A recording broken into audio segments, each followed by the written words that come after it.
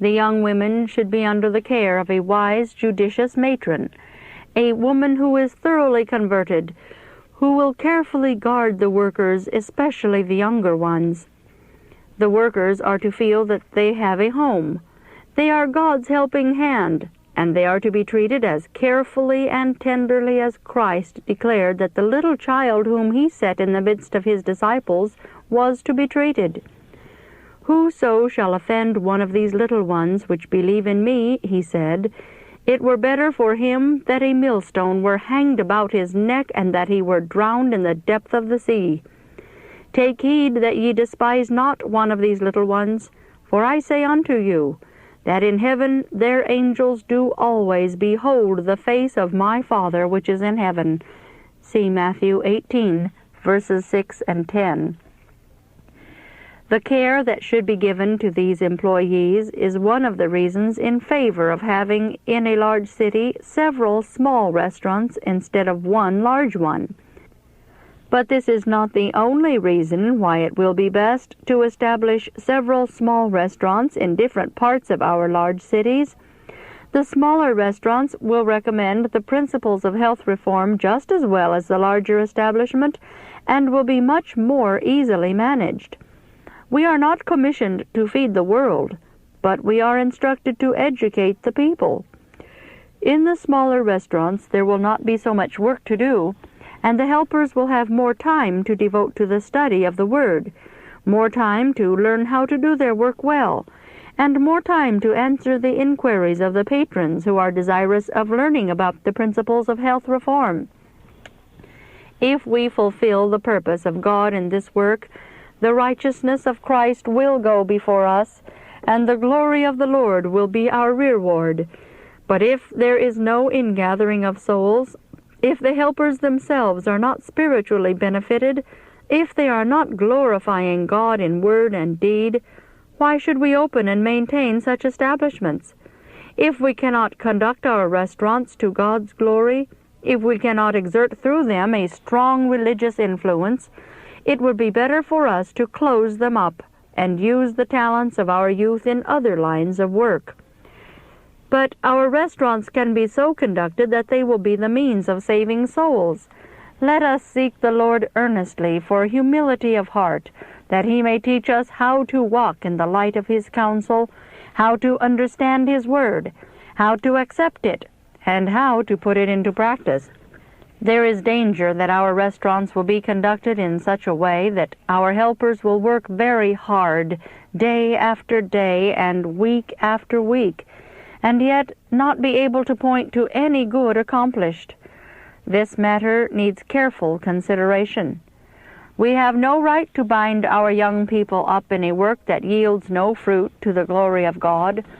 There is danger that the restaurant work, though regarded as a wonderfully successful way of doing good, will be so conducted that it will promote merely the physical well-being of those whom it serves. A work may apparently bear the features of supreme excellence, but it is not good in God's sight unless it is performed with an earnest desire to do his will and fulfill his purpose. If God is not recognized as the author and end of our actions, they are weighed in the balances of the sanctuary and found wanting. Chapter 4. Closing our restaurants on Sabbath. The question has been asked, should our restaurants be opened on the Sabbath? My answer is no, no. The observance of the Sabbath is our witness to God, the mark or sign between him and us that we are his people. Never is this mark to be obliterated.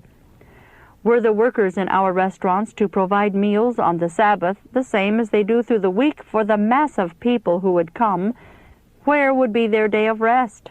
What opportunity would they have to recruit their physical and spiritual strength? Not long since, special light was given me on this subject. I was shown that efforts would be made to break down our standard of Sabbath observance, that men would plead for the opening of our restaurants on the Sabbath, but that this must never be done. A scene passed before me. I was in our restaurant in San Francisco. It was Friday. Several of the workers were busily engaged in putting up packages of such foods as could be easily carried by the people to their homes, and a number were waiting to receive these packages.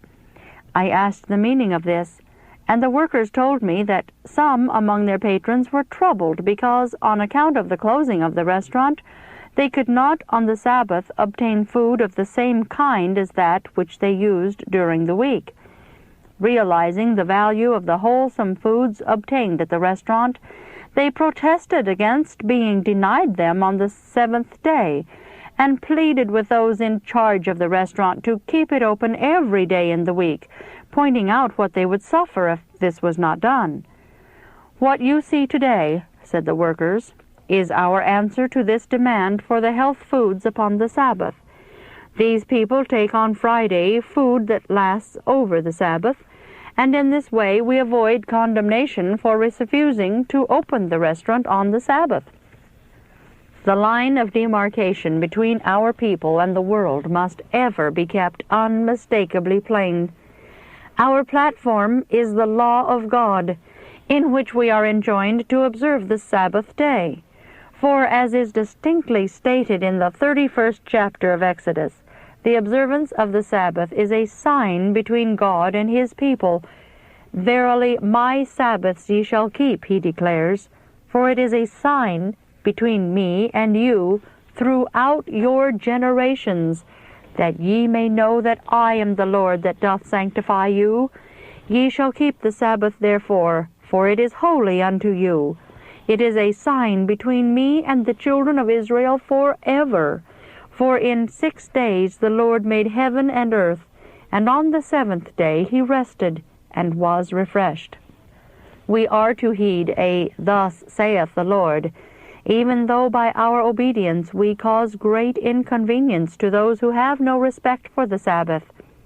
On one hand, we have man's supposed necessities; on the other, God's commands. Which have the greatest weight with us? In our sanitariums, the family of patients with the physicians, nurses, and helpers must be fed upon the Sabbath as any other family, with as little labor as possible. But our restaurants should not be opened on the Sabbath. Let the workers be assured that they will have this day for the worship of God. The closed doors on the Sabbath stamp the restaurant as a memorial for God, a memorial which declares that the seventh day is the Sabbath, and that on it no unnecessary work is to be done. I have been instructed that one of the principal reasons why hygienic restaurants and treatment rooms should be established in the centers of large cities is that by this means the attention of leading men will be called to the third angel's message. Noticing that these restaurants are conducted in a way altogether different from the way in which ordinary restaurants are conducted, men of intelligence will begin to inquire into the reasons for the difference in business methods, and will investigate the principles that lead us to serve superior food. Thus they will be led to a knowledge of the message for this time. When thinking men find that our restaurants are closed on the Sabbath, they will make inquiries in regard to the principles that lead us to close our doors on Saturday. In answering their questions, we shall have opportunity to acquaint them with the reasons for our faith. We can give them copies of our periodicals and tracts, so that they may be able to understand the difference between him that serveth God and him that serveth him not. Not all our people are as particular as they should be in regard to Sabbath observance. May God help them to reform. It becomes the head of every family to plant his feet firmly on the platform of obedience. Chapter 5. Healthful Foods. Currambong, New South Wales, March 10, 1900. During the past night, many things have been opened before me. The manufacture and sale of health foods will require careful and prayerful consideration. There are many minds in many places to whom the Lord will surely give knowledge of how to prepare foods that are healthful and palatable if he sees that they will use this knowledge righteously. Animals are becoming more and more diseased, and it will not be long until animal food will be discarded by many besides Seventh-day Adventists. Foods that are healthful and life-sustaining are to be prepared so that men and women will not need to eat meat. The Lord will teach many in all parts of the world to combine fruits, grains, and vegetables into foods that will sustain life and will not bring disease. Those who have never seen the recipes for making the health foods now on the market will work intelligently, experimenting with the food productions of the earth, and will be given light regarding the use of these productions. The Lord will show them what to do. He who gives skill and understanding to his people in one part of the world will give skill and understanding to his people in other parts of the world. It is his design that the food treasures of each country shall be so prepared that they can be used in the countries for which they are suited. As God gave manna from heaven to sustain the children of Israel, so he will now give his people in different places skill and wisdom to use the productions of these countries in preparing foods to take the place of meat. These foods should be made in the different countries, for to transport them from one country to another makes them so expensive that the poor cannot afford them. It will never pay to depend upon America for the supply of health foods for other countries. Great difficulty will be found in handling the imported goods without financial loss. All who handle the health foods are to work unselfishly for the benefit of their fellow men. Unless men allow the Lord to guide their minds, untold difficulties will arise as different ones engage in this work. When the Lord gives one skill and understanding, let that one remember that this wisdom was not given for his benefit only, but that with it he might help others. No man is to think that he is the possessor of all knowledge regarding the preparation of health foods, or that he has the sole right to use the Lord's treasures of earth and tree in this work. No man is to feel free to use according to his own pleasure the knowledge God has given him on this subject. Matthew 10:8 says, "Freely ye have received, freely give." It is our wisdom to prepare simple, inexpensive, healthful foods. Many of our people are poor, and healthful foods are to be provided that can be supplied at prices that the poor can afford to pay. It is the Lord's design that the poorest people in every place shall be supplied with inexpensive, healthful foods. In many places, industries for the manufacture of these foods are to be established. That which is a blessing to the work in one place will be a blessing in another place where money is very much harder to obtain. God is working in behalf of his people. He does not desire them to be without resources. He is bringing them back to the diet originally given to man. Their diet is to consist of the foods made from the materials he has provided. The materials principally used in these foods will be fruits and grains and nuts, but various roots will also be used. The profits on these foods are to come principally from the world, rather than from the Lord's people. God's people have to sustain his work. They have to enter new fields and establish churches. On them rest the burdens of many missionary enterprises. No unnecessary burdens are to be placed upon them. To his people, God is a present help in every time of need. Great care should be exercised by those who prepare recipes for our health journals. Some of the specially prepared foods now being made can be improved, and our plans regarding their use will have to be modified. Some have used the nut preparations too freely. Many have written to me, "I cannot use the nut foods. What shall I use in the place of meat?" One night I seemed to be standing before a company of people, telling them that nuts are used too freely in their preparation of foods, that the system cannot take care of them when used as in some of the recipes given, and that if used more sparingly the results would be more satisfactory. The Lord desires those living in countries where fresh fruit can be obtained during a large part of the year to awake to the blessing they have in this fruit. The more we depend upon the fresh fruit just as it is plucked from the tree, the greater will be the blessing. Some, after adopting a vegetarian diet, return to the use of flesh meat. This is foolish indeed and reveals a lack of knowledge of how to provide proper food in the place of meat. Cooking schools, conducted by wise instructors, are to be held in America and in other lands. Everything that we can do should be done to show the people the value of the Reformed diet. Chapter 6. Manufacture of Health Foods. Written at St. Helena, California, February 16, 1901. Last night I seemed to be speaking to our people, telling them that as Seventh-day Adventists we must cultivate love, patience, and true courtesy. Jesus will strengthen the leaders of his people if they will learn of him. God's people must strive to reach the very highest standard of excellence. Especially should those who are medical missionaries manifest in spirit, word, and character that they are following Christ Jesus, the divine model of medical missionary effort. I have a most earnest desire that in every place the work shall be carried forward in accordance with his commands. I see trouble ahead as high as mountains for our people in the way in which some things are now being done, and especially in regard to the health food business. As we advance, we shall have to meet very difficult problems of human invention, which will bring much perplexity. Scheming tends to dishonesty.